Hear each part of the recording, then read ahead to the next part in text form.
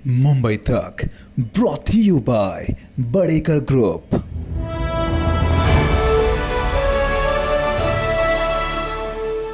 मुंबई तक आलेला आहे कोकणामध्ये आणि यावेळेला एक उमेदवार असा आहे जो पहिल्यांदा निवडणुकीच्या रिंगणात उतरलेला आहे, पण त्या उमेदवाराची चर्चा आता विधानसभेला नाही तर पार लोकसभेपासून सुरू होती आणि ते आहेत राजापूरचे शिवसेनेचे उमेदवार किरण सामंत आपल्यासोबत। किरण सामंत यांचा काय नव्यानं परिचय करायला नको, ते आपल्याला लोकसभेपासून जास्त आता माहिती आहेतच, पण महाराष्ट्राचे उद्योगमंत्री उदय सामंत जे रत्नागिरीचे आमदार आहेत, मंत्री आहेत आणि आता उमेदवार सुद्धा आहेत, त्यांचे ते बंधू आहेत, त्यामुळे दोन्ही भावंड जशी इथे रत्नागिरीत आपल्याला दोन बंधू निवडणुकीच्या रिंगणात पाहायला मिळत आहेत, तसेच तिकडे सिंधुदुर्गात सुद्धा राणेबंधू निवडणुकीच्या रिंगणात आहेत। सर, स्वागत आहे तुमचं मुंबई तकवर। आणि मला खरं तर बाकीच्या प्रश्नांकडे वळण्यापूर्वी सगळ्यात पहिले विचारायचं की इतके आपण शक्ती प्रदर्शन पाहतोय आता उमेदवारीचे अर्ज भरायला वगैरे जाताना, तुम्ही एकटे अगदी स्कूटीवरनं निघून का गेलात? नाही, मला सर्वप्रथम आधी मी महायुती सरकारचं अभिनंदन करतो। मला उमेदवारी इथे महायुतीमार्फत मिळाली। आणखी काल मी अर्ज भरताना बऱ्याच मोठ्या प्रमाणात ते जनसमुदाय आला होता, परंतु त्याच्यामुळे ट्रॅफिक जाम झालं आणि मला स्कूटीशिवाय तिथे पोहोचण्यामध्ये पर्याय नव्हता, म्हणून बाईकने मी निवडणूक अधिकाऱ्यापर्यंत पोहोचलो। आम्ही मुंबईकर बऱ्याचदा ऐकतो ट्रॅफिक जॅमच्या समस्या, तिथे राजापुरात पण आहेत। राजापुरात म्हणजे ही जी लोक मला शुभेच्छा द्यायला, आशीर्वाद द्यायला आली होती, या लोकांच्या वाहनामुळे किंवा ती लोक जी परतीचा प्रवास करत होती त्यामुळे मोठ्या प्रमाणात गर्दी झाली होती, त्यामुळे वाहतुकीचा खोळंबा झाला होता। बरं, मग आता तुमचं रुटीन कसं असतं? आता तुम्ही उमेदवार आहात, पहिल्यांदा निवडणूक लढवताय, कसं असतं दिवसभराचं तुमचं शेड्यूल? माझं शेड्यूल हे एकदम सुरळीत आणखी व्यवस्थित आहे। मग ते मला निवडणूक आहे असं वाटतच नाही। ज्याप्रमाणे पूर्वी शेड्यूल होतं त्याप्रमाणेच आहे। माझ्या या शेड्यूलमध्ये कोणताही बदल केलेला नाही। सकाळी उठतो, थोडाफार व्यायाम करतो, नाश्ता करतो, ऑफिसला जातो, कार्यकर्त्यांना काय करायचं, कशा पद्धतीत करायचं त्या चर्चा करतो।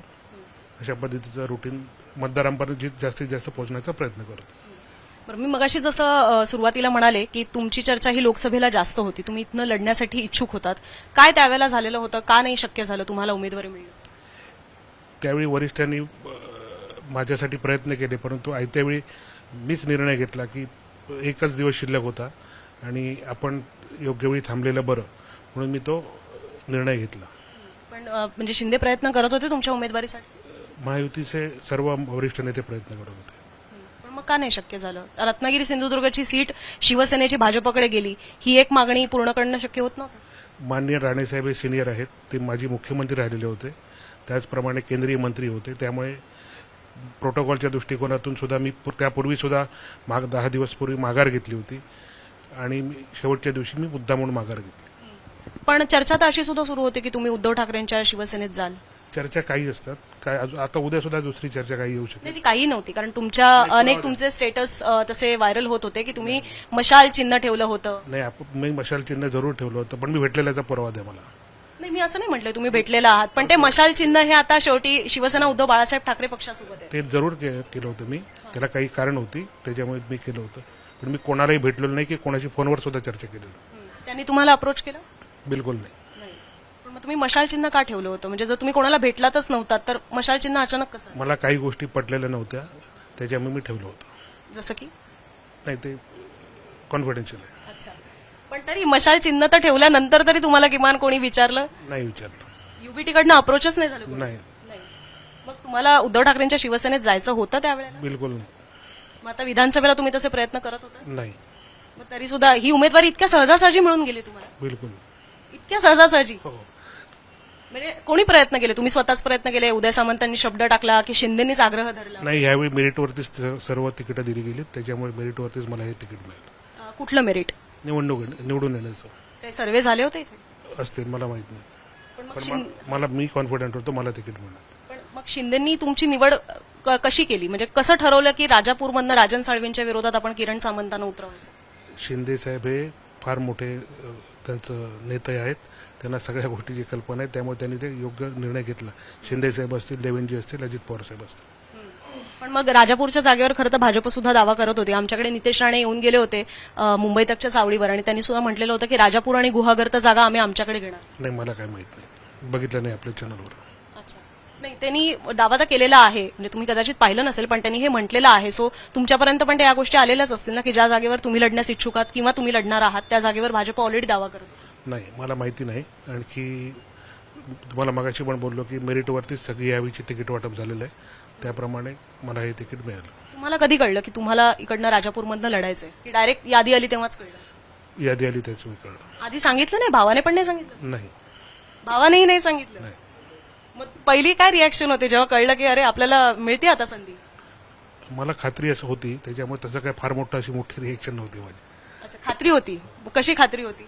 मला निवडून येण्याची खात्री होती, त्यामुळे तिकीट नाही, मिळालं. पण राजापूरमधनच मिळेल याची खात्री कशी होती? आणखी कुठेही मी काम करत नव्हतो, फक्त राजापूरमध्येच काम करत होतो. अच्छा, आणि मग काय रिॲक्शन होती तुमची त्याच्यानंतर? मला आनंद नक्कीच झाला. तुम्हाला शिवसेना उद्धव बाळासाहेब ठाकरे या पक्षाकडे जाण्यात रसच नव्हता, की तुम्ही प्रयत्न करत होता, तुम्हाला थांबवण्यात आलं आणि म्हणून तुम्हाला ही सीट मिळाली? परत एकदा सांगतो, मी अशी कुठेही चर्चा केली नाही, मी कुठेही गेलो नाही. तुम्ही काय कुठे पाहिजे ते तपासून बघा. तुमचंच स्टेटस होतं सर, आणि एकदा नव्हतं, 2-3दा होतं. नाही मॅडम, चुकीचं बोलताय तुम्ही. एकदा स्टेटस होतं, 2 तासाकरता होतं, आणि ते योग्य विचार करून ठेवलं होतं मी. काय विचार केला? तो मॅडम सांगितलं ना, मला ते कॉन्फिडेन्शियल आहे म्हणून. अच्छा, मग तो कधी येणार बाहेर? नाही. येणारच नाही आता? नाही. आता येणारच नाही बाहेर? आणि ते खासदारकीच्या निवडणुकीपूर्वी 2 महिने ठेवलं होतं. अच्छा, म्हणजे तेव्हा काहीतरी तर बोलणं झालं असेल की ते फक्त दबाव तंत्र वापरण्यासाठी केलेलं होतं? बिलकुल नाही दबाव तंत्र. ज्याला मेसेज जायचा होता त्या माणसापर्यंत मेसेज गेला. अच्छा, म्हणजे तुम्ही एक प्रकारे तुमच्या पक्षप्रमुखांना किंवा मुख्य नेत्याला मेसेज दिला? पक्षप्रमुखांना नाही, दुसऱ्या पक्षातल्या प्रमुखांना मेसेज होता. भाजपला? बिलकुल नाही. दुसरे कुठले पक्ष आहेत? आणि असेल कुठचा घटक पक्ष. बरं, राजापूरमध्ये तुम्हाला राजन साळवींची लढत द्यायची आहे. ते शेवटी विद्यमान आमदार आहेत, त्यांची काहीतरी कामं झालेली असतीलच, तर कसे तुम्ही त्यांच्यासमोर लढा देणार आहात? की सामंत ब्रँड तिकडे चालून जाईल असं वाटतं? तिथे 15 वर्षात त्यांनी कामं न केल्यामुळे मला लोक निवडून देणार आहेत. त्याच्यामुळे विकासावरती, शैक्षणिक ज्या समस्या आहेत, त्याचप्रमाणे आरोग्याच्या समस्या आणि बेरोजगारी या प्रमुख विषयांवरती मी ही निवडणूक लढवणार आहे. सामंत पॅटर्न वगैरे काही नाही. तुम्ही कायमच एवढं सिरियस असता? सिरियस कुठे वाटतं तुम्हाला? ते बघा, सगळ्यांना इथे असायला. नाही, मला कॅमेरासमोर बोलता येत नाही. अच्छा, पण तुम्ही आता लोकांकडे जाल, लोकांशी बोलाल, तुम्हाला संवाद साधायचा आहे. लोकांना माझी कामाची स्टाईल माहिती आहे, त्याच्यामुळे. अच्छा, किती आधीपासून तुम्ही तयारी करत होता राजापूरसाठी? कारण रत्नागिरी तर तुमच्या भावाचाच मतदारसंघ आहे, त्यामुळे इथून लढण्याचा तसा प्रश्न येत नाही, पण राजापूरमधनं लढायचं असेल तर किती आधीपासून तयारी सुरू होती? कशी तयारी सुरू होती? मी खासदारकीच्या वेळी प्रयत्न केला होता की मला तिकीट मिळण्याकरता. त्यावेळी मी या सर्व मतदारसंघामध्ये फिरलो होतो, परंतु ज्यावेळी मला तिकीट मिळालं नाही त्यावेळी मी ठरवलं की राजापूर लांजा मतदारसंघातून विधानसभेकरता प्रयत्न करावे. तिथली परिस्थिती बघून लांजा राजापूर मतदारसंघाची मी त्या भागातून निवडणूक लढवण्याचा निर्णय घेतला. खूप खूप धन्यवाद तुम्ही आमच्याशी बोलल्याबद्दल, आणि तुम्हाला निवडणुकीसाठी शुभेच्छा. आपण बघूया की सामंत बंधू दोघेही यावेळेला निवडणुकीच्या रिंगणात आहेत. कोणाचा विजय होतो याच्यावर सुद्धा आमचं लक्ष असणार आहे. दोन्ही निवडणुकांसंदर्भातले ग्राउंड रिपोर्ट सुद्धा आम्ही तुमच्यापर्यंत पोहोचवत आहोत. राकेश साळेसकर सह मी अनुजा, मुंबई तक, रत्नागिरी.